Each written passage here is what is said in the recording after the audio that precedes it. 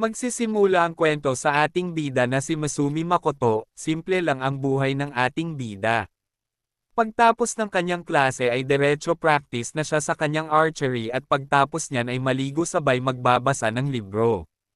Biglang sinama ng ating bida ng isang ruler of the realm of the night na si Tsukuyomi. Kinausap ang ating bida na siya daw ay magiging hero sa ibang mundo na ang goddess ay isang babae. Lahat ng kakayahan ni Tsukuyomi ay binigay niya sa ating bida para siya ay lumakas. Bigla naman sinama ng goddess ang ating bida habang nag-uusap pa sila ng ruler. Pagkakita ng goddess sa ating bida ay biglang siyang sinabihan na mapangit. Lahat ng panglalait ay natanggap ng ating bida mula sa goddess dahil siya daw ay mapangit. Binigay lang ng goddess sa ating bida ang kakayahan na makaintindi sa mga tao sa mundo na kanyang pupuntahan.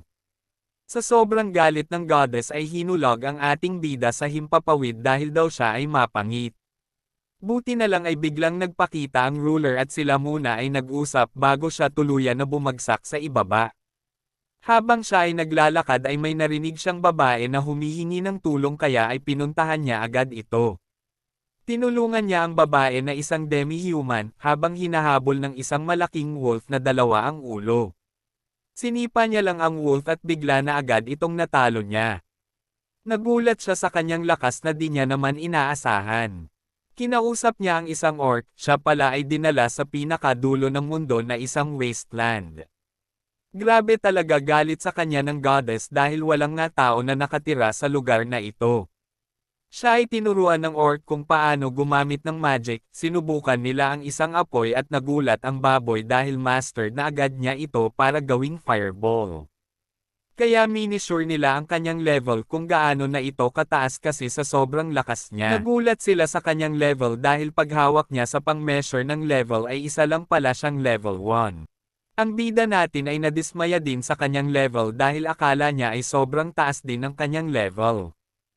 Umalis siya sa lugar ng orc para ay practice ang kanyang apoy na ginawa niyang archer at tinarget niya ang isang nakatayong barrier na ito.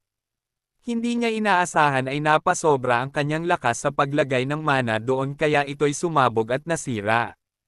Biglang may dragon na lumabas sa lugar at siya ay ito'y inaatake. Pinaulanan niya ito ng apoy sa bawat katawan at pinagsusuntok ng ating bida ang dragon.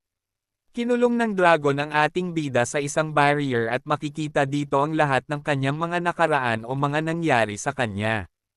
Dahil dito ay nagustuhan ng dragon si Makoto dahil may isang bagay siya na nakita sa kanyang memorya.